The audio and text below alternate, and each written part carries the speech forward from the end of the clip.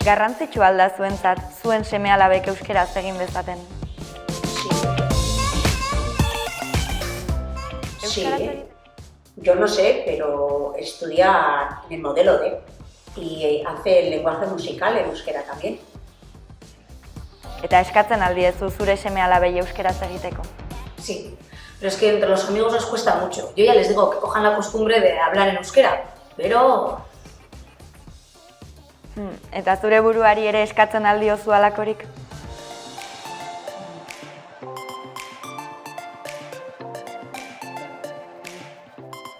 Non egiten duzu euskaraz?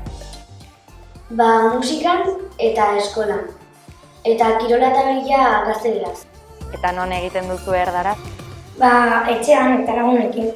Eta gero ingelesez, ez ezkegun bideo batzuk. Zuen gurasoekin euskeraz egiten duzuen? Ez, baina ikasten badute eta egiten badute guk ere egingo dugu.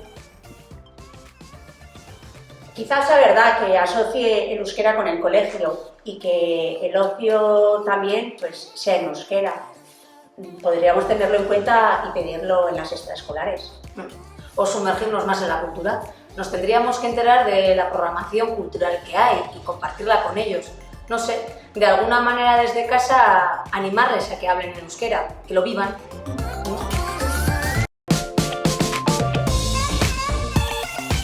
Eta guk zer? Laguntzen aldiegu benetan gure seme-alabei euskeraz egiten?